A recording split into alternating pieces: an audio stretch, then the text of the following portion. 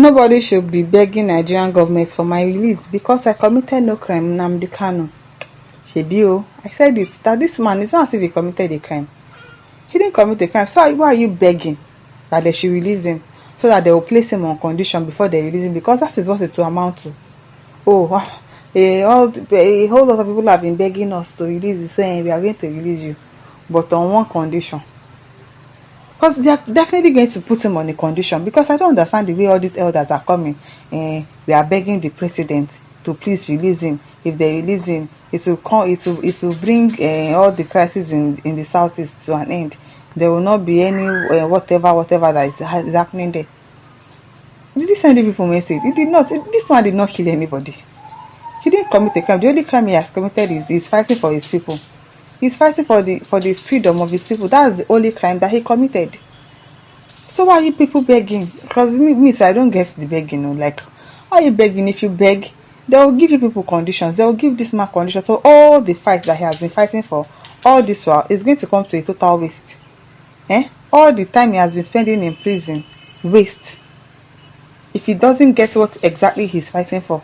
If at the end of the day they tell him, oh, if you want us to release you, you have to sign an affidavit that, oh, you're not going to go and fight about, you don't want to hear anything Biafra from your mouth again. Is that not what they are going to tell him to do? So why are people begging? Why? The 10 leaders of the indigenous people of Biafra, IPOB Nnamdi Kanu, has clarified that he did not send anybody to beg the Nigerian government for his release. This was stated in a release issued by the head of his legal team, Aloy Ejimako Esquire, stating that Kanu's release is not a matter of mercy or pardon, but rather a matter of upholding the rule of law. Yes. A court order said, oh, they should release this man. He should be discharged and allowed to go, but DSS decided to still keep him in custody. Instead of you to make sure that the law is enforced, and they're supposed to do the right thing, people are now begging. We are begging you, please release Nnamdi Kanu. And so when they release him, what is going to happen? What is going to happen? I don't understand. Recall that Benjamin Kalu, the Deputy Speaker of the House of Representatives, recently appealed to President Bola Tinubu to temper justice with mercy and give freedom to the leader of the indigenous peoples of Biafra, IPOB. Which one is temper justice with mercy? Which justice are they tempering with mercy? This man didn't commit any crime. He did not. It's the same thing he did. It was the same thing that Igboho did. Igboho is being released, but you kept this man in custody. Later, when they say that you are marginalizing Igbos, you people will say no, you are not marginalizing Igbos. What does this account for? What does this mean? The same thing he's agitating for, Yoruba people are agitating for it. Igboho came and did it, and you people released him. And then you left this one in DSS custody, and you want them to be begging you before you release him. Why? Why? He said they should temper justice with mercy and give freedom to the leader of the indigenous people of Biafra, IPOB, Nnamdi Kanu, from detention.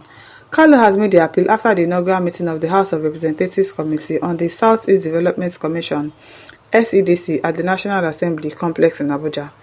The Deputy Speaker has commended the President for his support and commitment towards peace, development and stability of the Southeast region.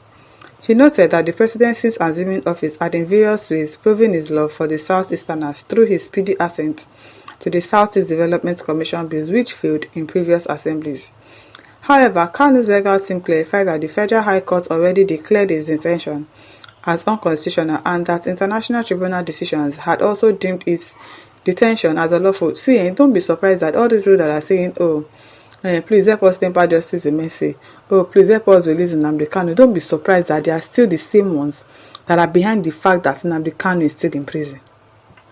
Because most of these Igbo people, most of these leaders, these governors, these senators, whatever, most of them don't want Nnamdi Kanu out of prison. So all this one is just for the world to see. Let them just see that maybe you are begging. You are begging. It's a lie. It's not as if deep down in their heart they want Nnamdi Kanu to be released. Therefore, Kanu's release should be a straightforward matter of complying with the law.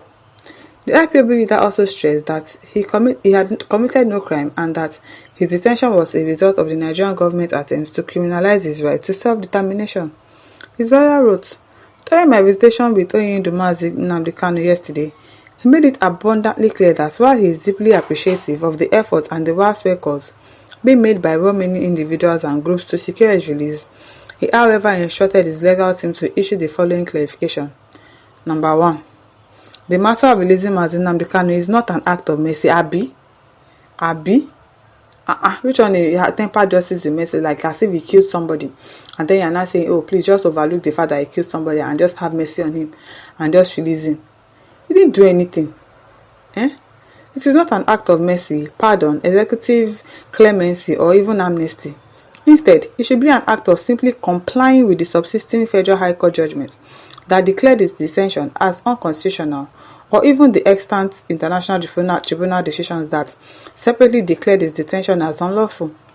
Alternatively, the decision to free him from detention and discontinue his infamous prosecution can be made by simply resorting to the constitutional provisions that empower the Attorney General of the Federation on the directives of the President to discontinue any prosecution. 2. Nnamdi Kanu is adamant that nobody should plead or beg anybody on his behalf because he has committed no crime. Self-determination, which is the real issue that got twisted to suddenly become a high crime, is an alienable right guaranteed under the laws of Nigeria, the United Nations, the United Kingdom, and Kenya. Thus, the perverse and unlawful criminalization of his exercise of his rights should not unwittingly be encouraged through some misguided appeals for pardon, clemency, or mercy.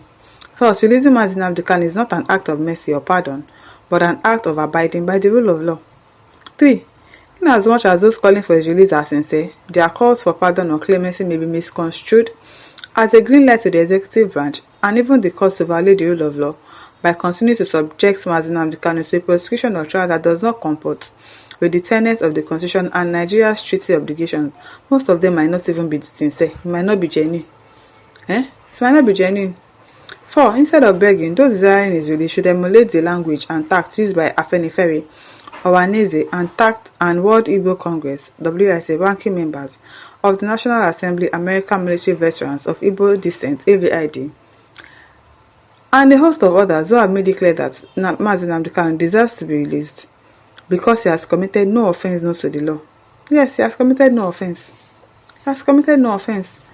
Most importantly, number 5, Nnamdi Kanu sincerely thanks everyone working assiduously towards the restoration of security, tranquility, and good order in his beloved Igbo land. So he has told you people now, and no send on a message. Don't beg. Don't beg on my behalf. I didn't commit any crime. Are you begging? Really? Why? Why are they begging? My listeners, over to you. Leave your thoughts in the comment section. Don't forget to like, to share, and subscribe. Thank you for listening. See you some other time. Bye.